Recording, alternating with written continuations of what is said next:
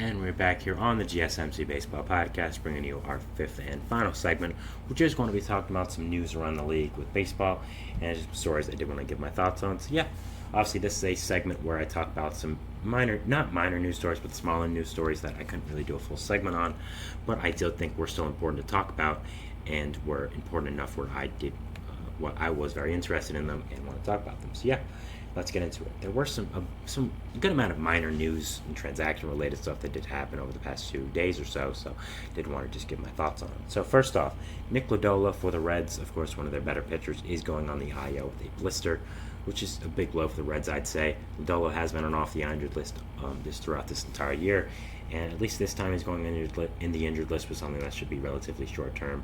Of course, blisters do happen a lot for pitchers as they're gripping baseballs all day, throwing baseballs, and using their fingers a lot. So blisters are a relatively common injury for pitchers. They do suck. I mean, as someone who's had a blister, it is not fun to have. It hurts a lot, and I can only imagine for someone whose job is to throw things, it makes it significantly harder, and it is extremely uncomfortable. So should be back after that 15 days. I don't really think there's going to be any long-term capabilities here with long-term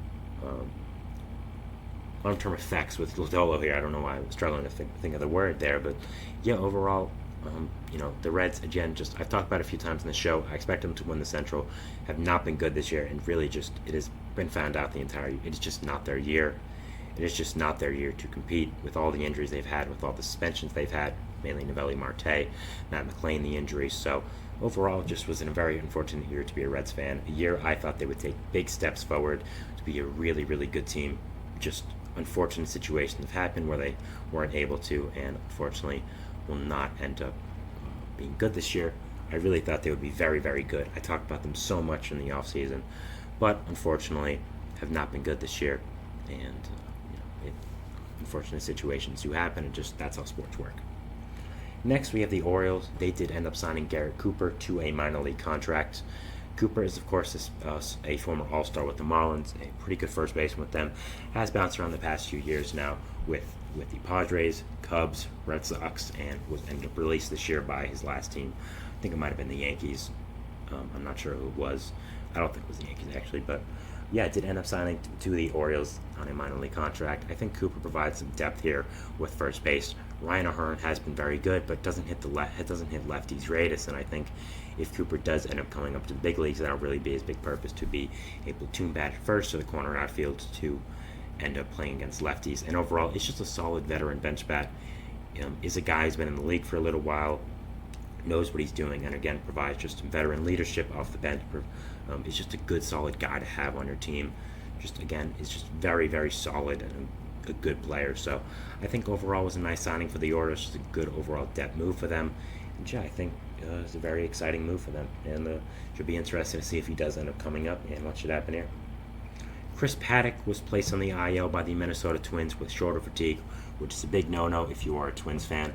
Now, it seems like they're downplaying any possibility of it being large, but for Paddock, a guy who's had major arm injuries in the past few years, just had Tommy John coming over to the Twins, getting any type of shoulder injury is something that you have to hold your breath with. Paddock has been a big part of the rotation here for the Twins this year. Let a lot of players walk in the offseason, mainly Sonny Gray, Kenta Maeda, and a lot of people were wondering about the rotation, but they always had these younger players like Paddock, like Simeon Woods Richardson, like Ober, like Louis Varland to end up filling in spots, but Paddock has done well, and him having a shoulder injury is not really a great sign, and you're just hoping it does not end up getting worse and it does not end up becoming a long-term thing for the Twins. It doesn't look like it will end up being, but at the same time, Paddock, I think, is going to be someone that we really have to follow if you're a Twins fan, and overall is going to be someone that you're really hoping does not end up having a major injury with this team. I think that Paddock is a really good pitcher and is a big part of this Twins team, and you're just really hoping that the shoulder injury doesn't sound as bad as it is. I mean, any shoulder injury is bad nowadays, so you're just really holding your breath that it's not as bad. Again, they're downplaying anything, but only they really know what's going on. But hopefully for the Twins and the Twins fans' sake, it is not bad. The Royals apparently are prioritizing bullpen help over outfield help at the deadline. I'm not sure which article this came from. I just wrote it down. There was a lot of articles that came out today, one from Ken Rosenthal, one from Jeff Passan, both about the trade deadline. please, you should go and read those if you're a baseball fan. Both have such great insight always and such great thoughts on it. So, but if I'm a Royals fan, I would be happy with this. I think this makes the most sense. As much as the Royals do need outfield help as they do need corner outfield help, I think prioritizing the bullpen makes a lot more sense. Really, the identity of this Royals team has been pitching. Their starting rotation, as I said many times, is really, really fantastic. And the one thing that's been a problem with them is their bullpen. It really is not great. There are not a lot of great pieces here to like if you are a Royals fan.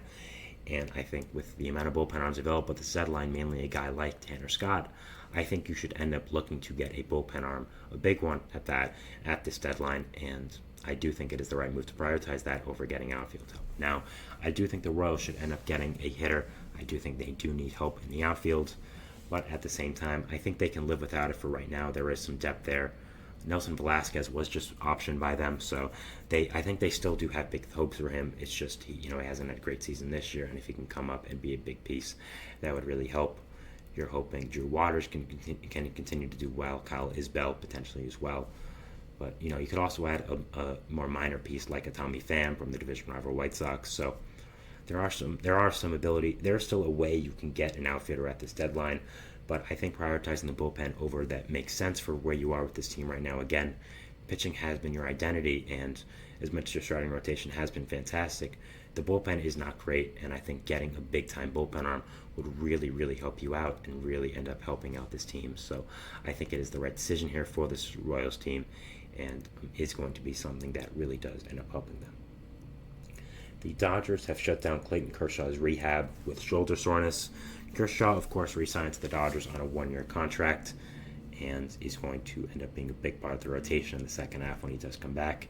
The Dodgers are saying it's not serious. It's just, he's been pitching a lot recently, and he didn't really do that in the offseason or before because of injury, so it's just normal to have this kind of soreness. But again, really when you're at Kershaw's age, any type of shoulder injury you're being very cautious of, and really type of any injury in general. So yeah, if I'm a Dodgers fan, I'm really hoping this isn't serious. Kershaw is going to be a big part of the rotation going into the second half. I do think he has a lot left still, and I think that he is a legend in this game.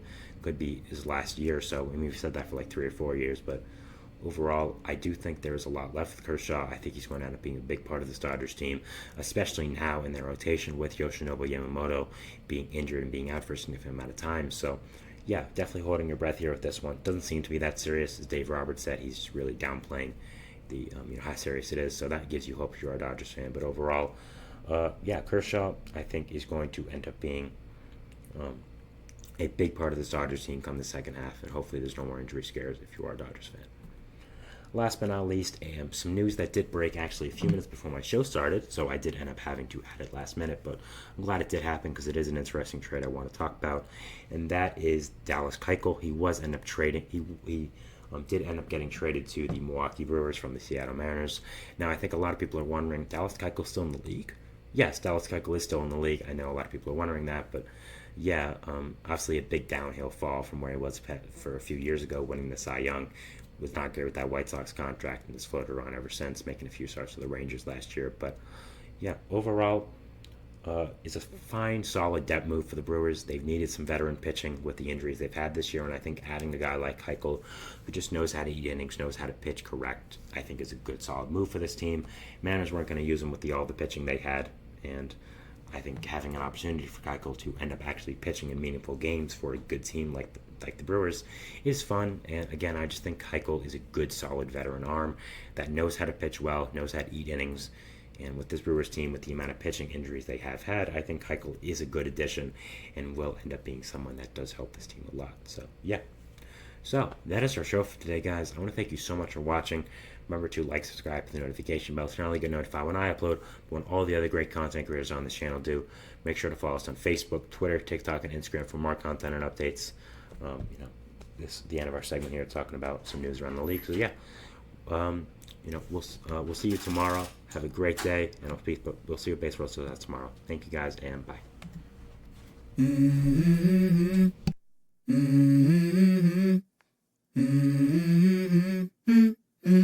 Let's go. I wake up to a little bit of drool on my pillow, feel like it's gonna be a bad day. Yeah, I'm tired of shit, and the coffee ain't hit yet. Damn, ain't that great. I don't wanna go to